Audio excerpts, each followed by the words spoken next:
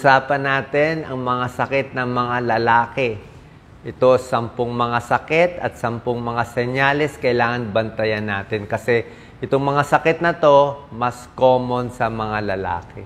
Iba po ang sakit ng mga lalaki, iba ang common sakit ng mga babae. Bakit ganito? Siyempre, lalaki, iba ang bisyo, di ba? Lalaki, mas naninigarilyo, mas umiinom ng alak, di ba? Ang lalaki, mas matigas ang ulo. Ayaw magpa-check up, di ba? Walang check-up, mas stress sila, mas exposed sila sa environment, di ba? Mas nagtatrabaho sila sa labas ng bahay. So, kaya iba yung mga sakit nila. Tingnan po natin, 10 sakit at mga senyales na babantayan. Number 1, unahin ko na yung importante, erectile dysfunction. Okay? Ang lalaki kasi, pag tumatanda, humihina na sa pagtatalik. Kasi nga bumababa ang testosterone, low testosterone level. Actually, pagdating ng edad 30, bumababa na testosterone. 30, 40, 50, 60, pababa yung testosterone, humihina ang sex drive. Okay? Dati, araw-araw nagtatalik. Later on, once a week, mamaya once a month na lang. Kasi bumababa na testosterone level ng mga lalaki. Pag bumaba yan, lumalaki na ang tiyan. Okay? Lumalaki ang tiyan. Lumiliit ang muscle, mas nakakalbo na. Diba? Mas humihina na, mas pagod na lagi. So, lahat to nagkakos ng erectile dysfunction. Lalo na kung may diabetes. Diba?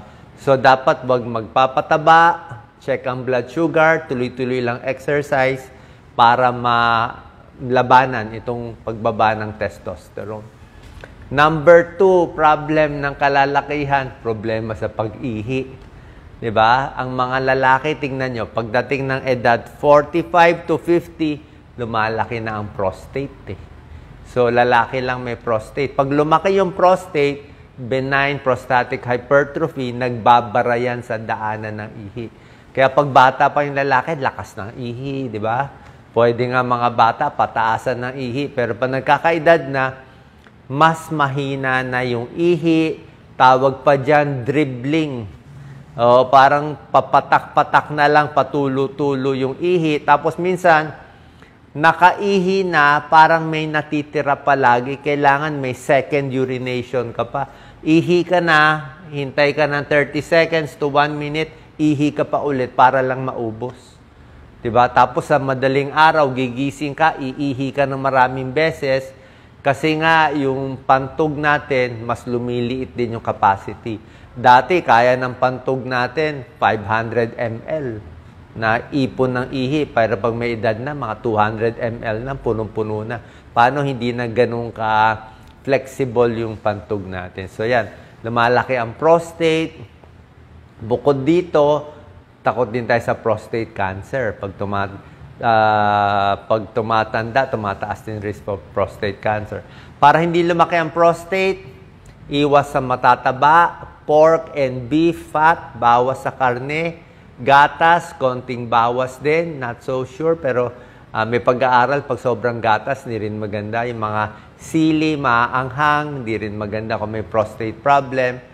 At merong mga gamot na pampaliit sa prostate. So, pag lumalaki ng prostate, may problema na, punta na tayo sa urologist. May gamot ibibigay para medyo gumanda ulit daloy ng pag-ihi.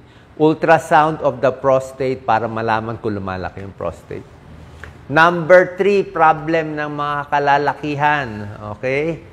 Sakit sa puso, heart attack, more lalaki tinatamaan. High blood, a little more lalaki. Diabetes, stroke. Bakit mga lalaki? Kasi lalaki smoker. Lakas manigarilyo, hindi nagpapa-check up, di ba? Dinadamdam lahat ng mga problema, kaya mas na-heart attack. Biglaan na lang, di ba? Walang check up eh.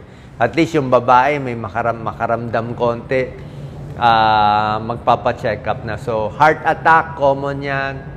High blood, common din. Pareho lalaki-babae, pero mas marami konti. Kaya kung may mga chest pain issues, diabetes, kailangan maayos ng maaga with exercise and healthier diet. Number 4, problem ng mga lalaki, problema sa tiyan. Okay, maraming masakit ang tiyan, kung ano-ano naramdaman, pagbabago sa dumi, minsan may dugo ang dumi. Kung problema lang sa tiyan, pwede natin sabihin ulcer or hyperacidity, sobrang stress, hindi nakakain maigi, acidic, okay lang yan, nagagamot. Pero minsan yung sakit ng tiyan, maraming lalaki tinatamaan ng cancer. Kasi nga, hindi nagpapacheck up. Colon cancer, common yan sa lalaki din. Pancreatic cancer, malakas uminom ng alak, liver cirrhosis, sasakit dito.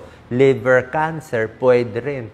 So, pag lalaki, masakit ang tiyan, mag-iisip pa tayo ng mga ibang mga sakit. Okay? So, pag mayroong problema sa tiyan, pa-check tayo sa doktor.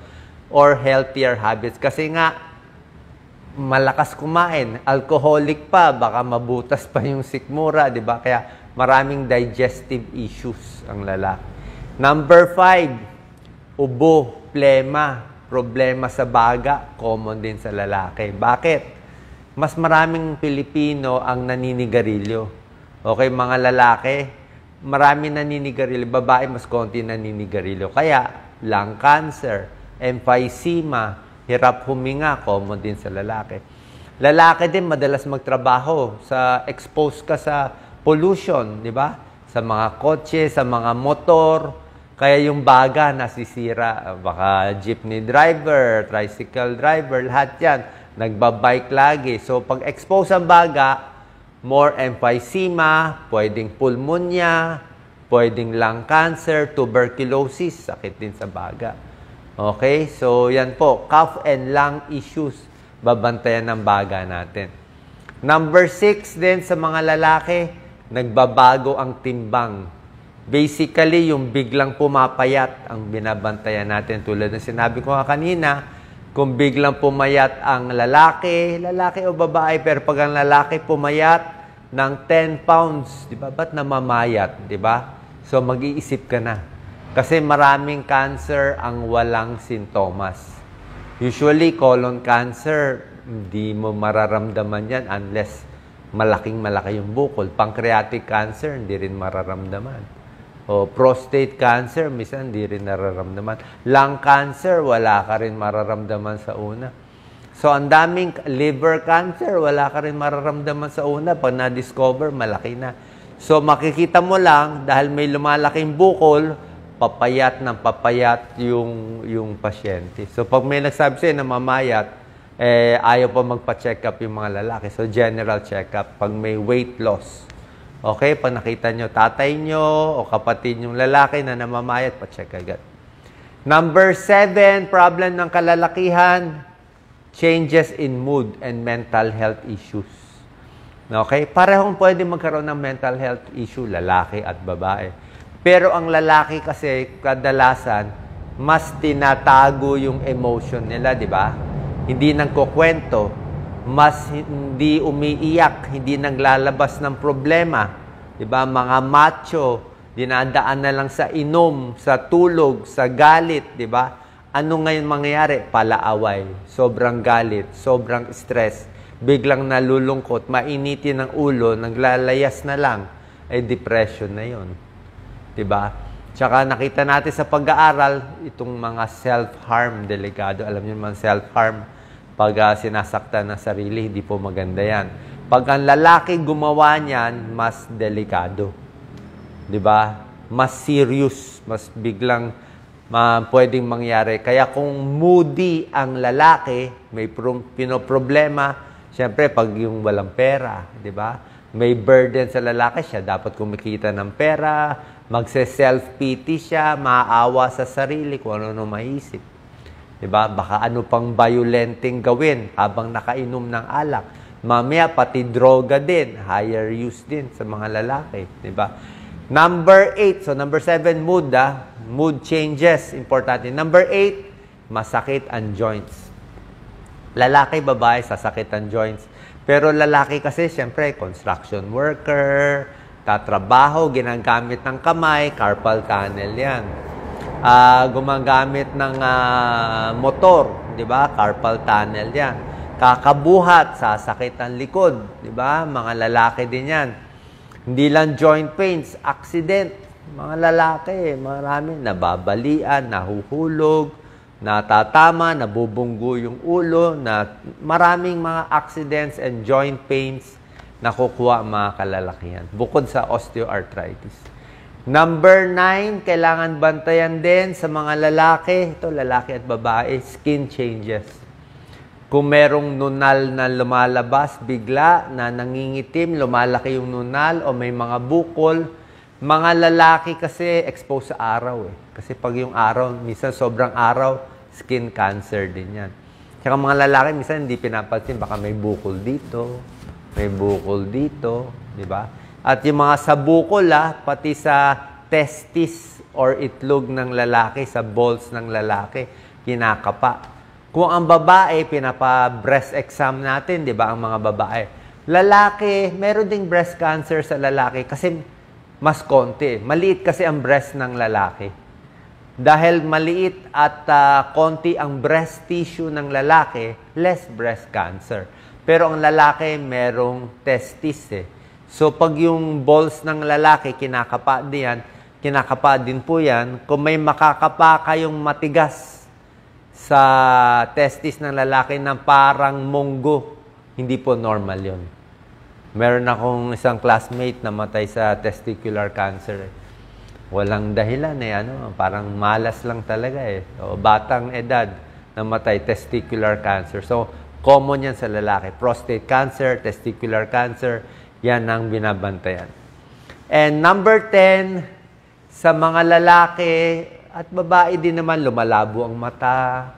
Diba? Common yan. Cataract, exposed sa araw, humihina pandinig, sa lakas ng mga mechanical o exposed sa maiingay na sound, mas nabibingi, mas ni nakakita, mas may problema sa balance ang lalaki, at very prone sa accidents, tulad na sinabi ko.